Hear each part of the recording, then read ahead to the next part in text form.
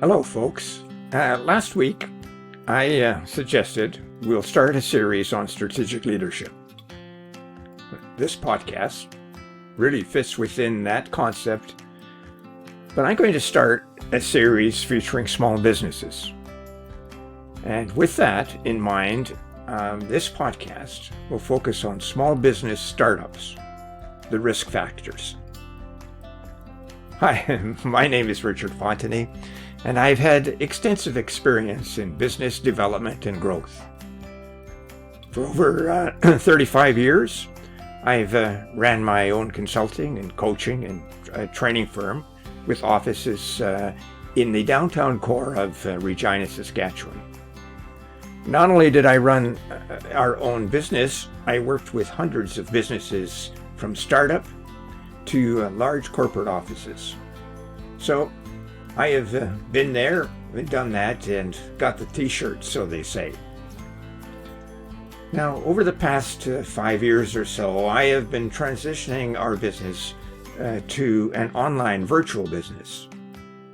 So now I write articles for our Confronting magazine, eLearning, ezine, write and publish eBooks, PLR offerings, training programs. I virtually coach and conduct podcasts and produce daily YouTube shorts, all from the comfort of my apartment. Now, I tell you this background to let you know that my experience spans both worlds, the bricks and mortar world and the virtual internet marketing world. In both worlds, my overall purpose is to help people integrate their business, work, and life in a holistic fashion so that they can become the best that they can be as they search for their true selves. Now, to facilitate the management of both worlds, podcast from this channel focuses on the bricks and mortar business.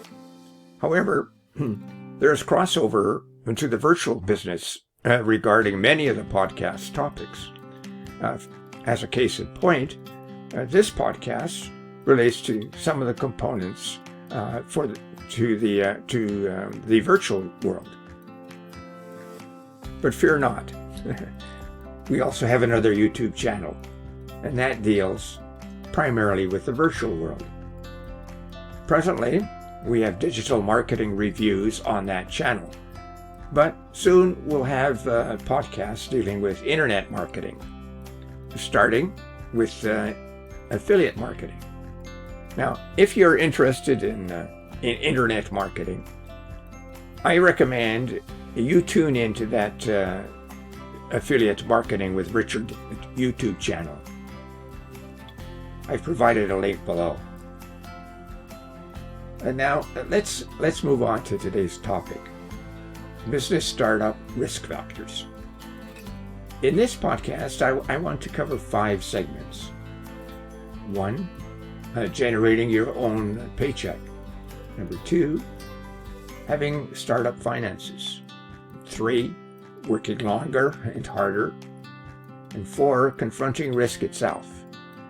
And 5, conquering the learning curve. Now, starting a business is risky business, so it's important to honestly assess your key risks and your tolerance for them. Now, there are more risk factors than what I will be talking about, but from my vantage point, these are some of the key ones.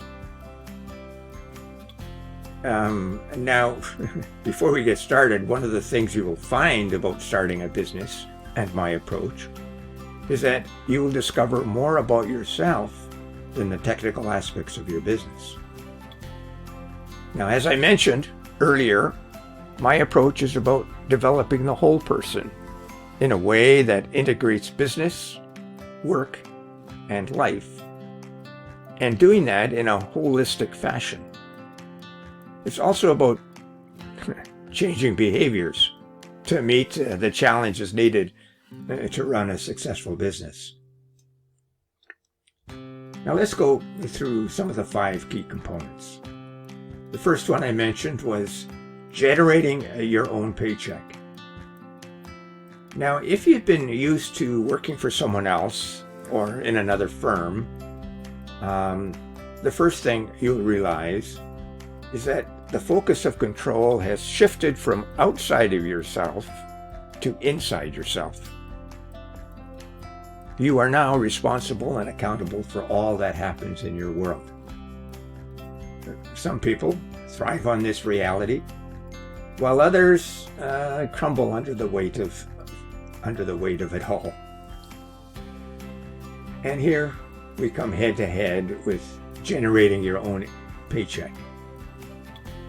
At startup, you no longer have a monthly or weekly or a bi-weekly paycheck.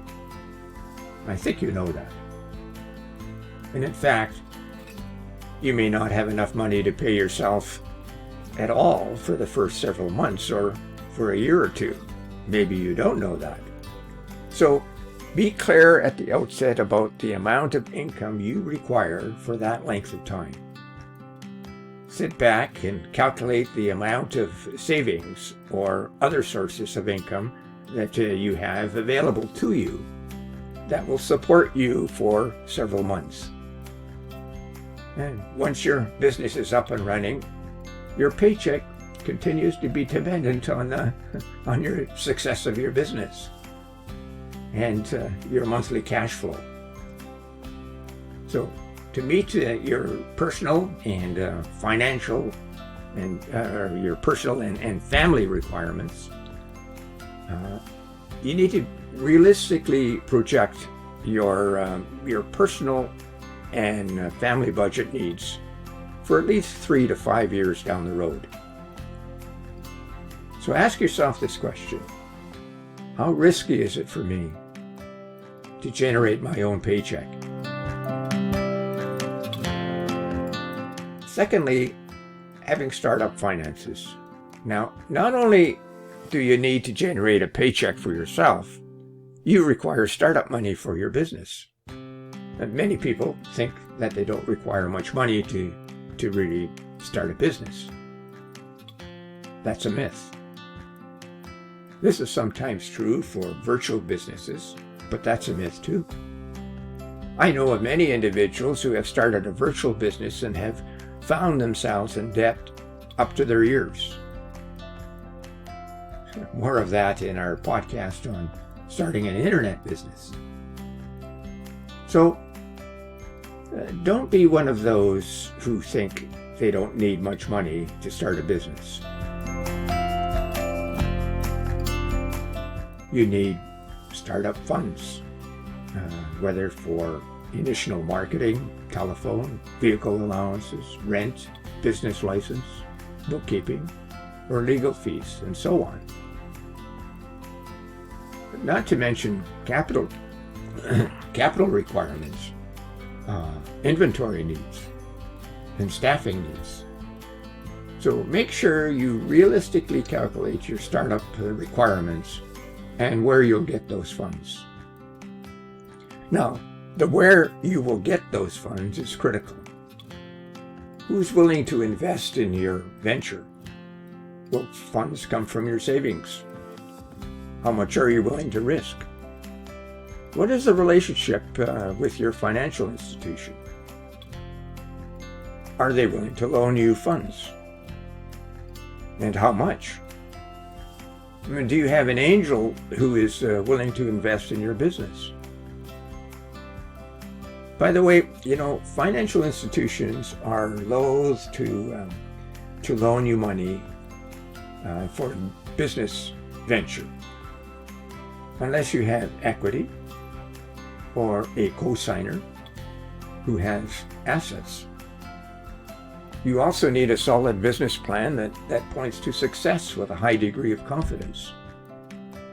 So, without sufficient startup funds, your business venture is really at risk from the get-go. Number 3, working longer and harder. Now, establishing a business takes a lot of energy. I use the analogy of an airplane taking off the ground. Pilots spend a good deal of time preparing for their flights and making sure their airplane is ready to fly. They then taxi the aircraft down the runway to pick up speed for takeoff. And you hear the roar of the engines as they begin to take flight. It continues to push hard and burns tremendous amount of fuel until it reaches the flying level. And this is just for takeoff. Maintaining flight is a whole nother story, which we'll get to at another podcast in another time. Now, similar to the airplane taking off the ground, you will need to expend a lot of energy getting your business to take flight. And like the pilot, your first phase is all about preparation. This means developing a realistic business plan before you take off. And once that is done, you are beginning to get ready to push your business off the ground. Initially, you'll feel an adrenaline rush, which will give you a lot of startup energy. But be prepared to work hard and put in long hours. And that is for some time to come. Make sure you are physically fit, emotionally balanced, and mentally ready to take on the challenge. And one more thing. If you have a family or life partner, ensure they are fully on board with you, because they too will have to make sacrifices and share your risks as you move forward. And the fourth point, confronting risk itself. You know, my mother always used to say, nothing ventured, nothing gained. And this is really applicable when it comes to business. However, one ventures something, there is risk, and risk of the unknown. So understanding your own risk tolerance is important. Now, some people are extreme risk takers. Some can take risk in stride, while others are risk adverse. So where are you on that spectrum?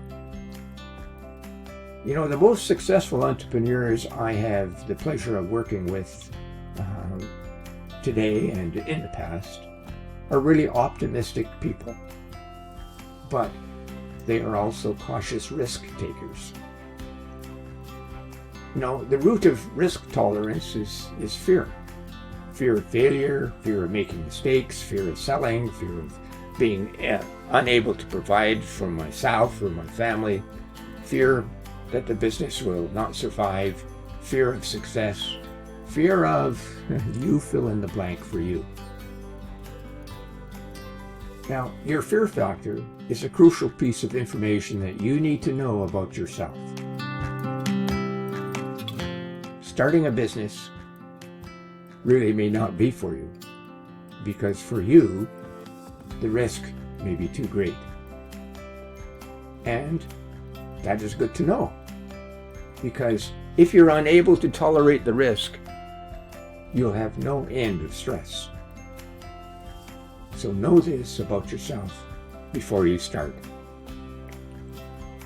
Now, here's one of the things I do during my coaching session with those who want to start a business. I walk my fingers to the end of the table where we're sitting, and I point to my desk on the other side. I say, you are here at the end of the table, and you want to go there to my desk. You need to jump from here to there, and below there is a chasm. There's a space, and you might not make it to the desk. So are you ready to jump? Now, my experience is that once that would-be business owner confronted their own risk tolerance, many of them did not jump. They came to the realization that for them, security was more important than starting a business. They continued their life journey working for someone else. And in the long term, they lived a life of less stress. Number 5, conquering the learning curve. Now, when you start a business, you are traveling the road less traveled, to paraphrase Robert Frost. When you travel on this road, be open to learning. Now, if you're not, you are at risk. Why? Yeah, because you will A, encounter gaps in knowledge and experience about running and maintaining a business. B, you face a business environment that is fraught with rapid changes that require ongoing learning. And C, inevitably, you will face shortcomings about your own understanding of your attributes and behaviors, and they will necessitate change so that you can move forward. You know, the ability to learn is one of the key factors we look for when we coach individuals who want to start a business. The ability to learn suggests an openness to apply lessons gleaned from gained knowledge and experience. It means to dispassionately review, draw conclusions, and take appropriate action when it's necessary.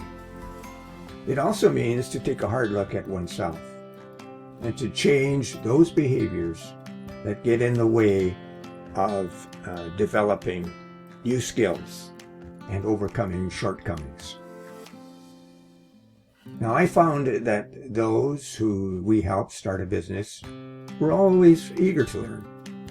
In fact, that was one of the assessments we completed with them when we first met them. But here's the kicker. Those who were defensive and claimed the assessment didn't really apply to them usually scored low on the scale that measured openness to learning. You know, successful entrepreneurs know that learning and change are inseparable friends when it comes to knowing themselves, gaining new knowledge, and advancing their business. So, folks, these are my 5 top factors or risk factors when starting a business. 1, moving the locus of control from outside yourself to inside yourself and generating an income for yourself and for your staff to meet all your needs. Number 2, having the finances necessary to start a business and where you'll get them. And number 3, working longer and harder in order to get your business off the ground. Number 4, confronting risks and what that means for you. And number 5, becoming a continuous learner in planning and operating your business. Now, as I mentioned earlier, my approach is that you will learn more about yourself than the technical aspects of your business. To be sure, the technical aspects of your business are important, but more importantly, you need to know where you stand before you jump into the business of business. So until next Wednesday, when I'll discuss some of the educational requirements for starting a business. Now, they may not be what you think they are, so let's jump into that one. I hope you will join us. Also, please consider subscribing to this channel, and I do appreciate that. And don't forget to check out the resources in the description below. And pay specific attention to Bizwally, a coaching process for both bricks and mortar and for internet marketing businesses. Now, bye for now. See you next week.